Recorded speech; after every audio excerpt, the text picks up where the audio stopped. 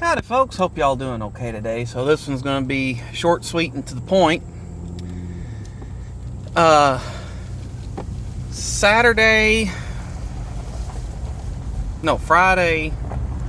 October the 7th, 6th, 7th, 8th. Friday, October 8th, which was yesterday, as of this recording. I went with my wife and my brother-in-law to the last Knob Creek machine gun shoot and expo that they're having. Had a blast. It was amazingly parked, amazingly packed. Parking was at a premium. Couldn't hardly get in. Got in, watched a couple shoots, did a little looking, bought a couple things, had a good time. One of the things that Dad started taking me there when I was a kid. And one of the things that he said, about all that, when they were doing the live shoots, that was very poignant, is he said, see all these guns, and there's a firing line that's probably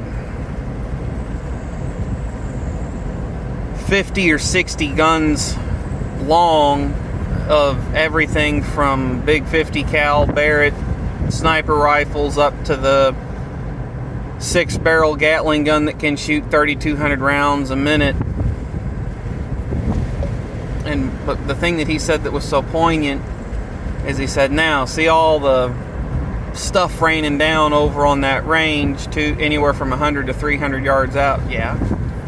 He said, now imagine guys over there shooting back, running into this crap. That's what war was.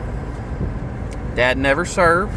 I've got relatives on both sides of the family that did, all over, from World War II to Vietnam that I'm aware of, and I'm sure it goes back even further than that.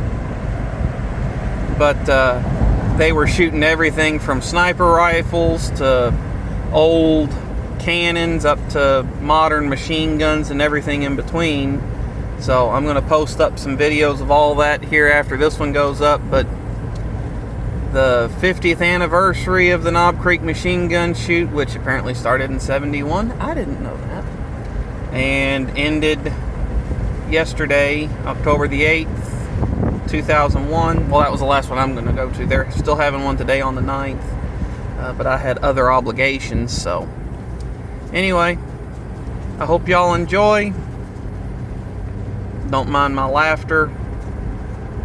Some of those were just amazingly fun to listen to, but it's amazing the terror that they are capable of bringing. So anyway, that's what I got, folks. Y'all take care, stay safe. Thanks for tuning in, and catch y'all next time.